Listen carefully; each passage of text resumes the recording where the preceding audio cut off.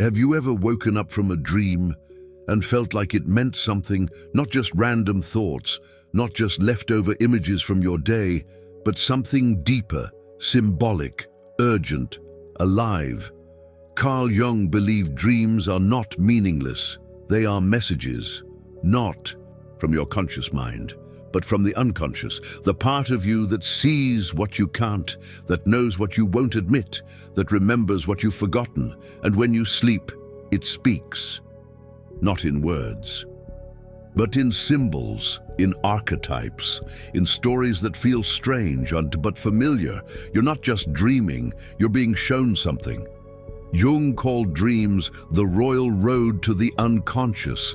They are not random noise, they are revelations, but most people ignore them. They wake up, they forget, they dismiss, and in doing so they miss the message, because your dreams are trying to help you. They reflect your emotional truth. They show you what you repress in waking life. They reveal the patterns you pretend not to see, and if you learn to listen, they guide your healing. Jung believed every dream is an invitation to see yourself more clearly, to reclaim what you've denied, to integrate what you've split off, to awaken parts of you that have been asleep. But to understand dreams, you need a new language, the language of symbols. Dreams don't speak logically, they speak mythically. A snake isn't just a snake. It could mean fear, transformation, temptation, wisdom. It depends on your story.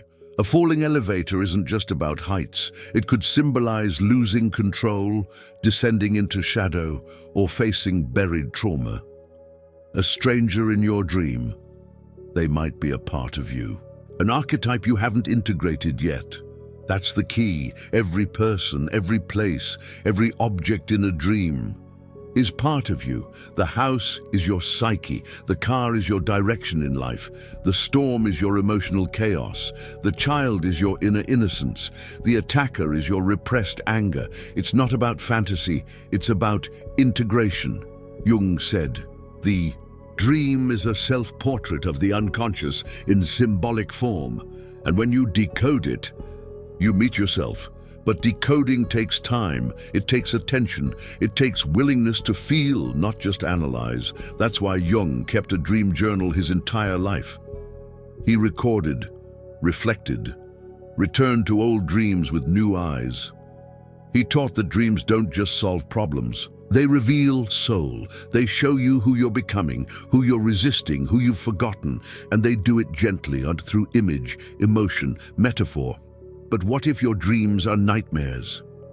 Jung said, the dream shows the inner truth and reality of the patient as it really is. Nightmares are not punishment.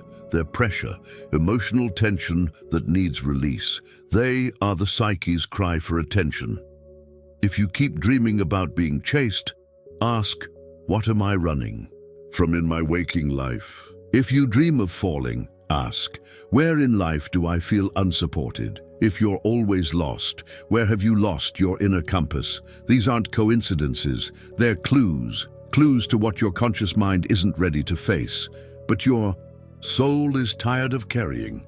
And sometimes your dream will give you what Jung called a big dream, one that stays with you, that feels like it came from somewhere beyond time. That marks a turning point. These dreams often appear before life changes, a crisis, a breakthrough, a death, a rebirth. They don't explain, they initiate. You don't just wake up, you awaken. That's the power of the dream. It bypasses the ego, it reaches the real. And what's most astonishing, Jung discovered that people from different cultures, who had never met, never read the same books, never spoke the same language, had similar dreams, the same symbols, the same archetypes, the same myths, because the unconscious is collective and dreams are its voice.